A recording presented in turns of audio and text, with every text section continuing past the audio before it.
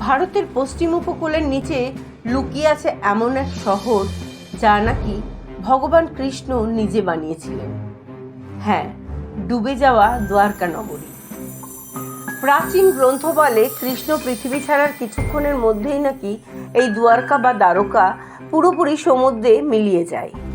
হাজার হাজার বছর ধরে এটা ছিল একটা মিথ, যতক্ষণ না বিজ্ঞানীরা সমুদ্রের নিচে নামলেন।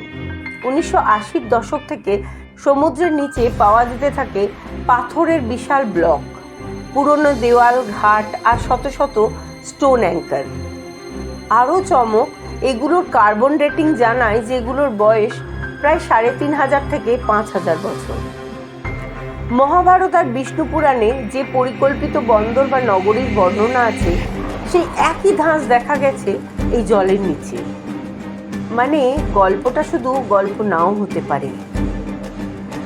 আজও এএসআই আর এনআইও ডুবে যাওয়া এই শহরের মানচিত্র তৈরি করছে, আর প্রতিদিনই প্রায় নতুন ধ্বংসাবশেষ মিলছে, যা প্রশ্ন তোলে, এটাই কি সেই হারিয়ে যাওয়া দ্বারকা সিটি?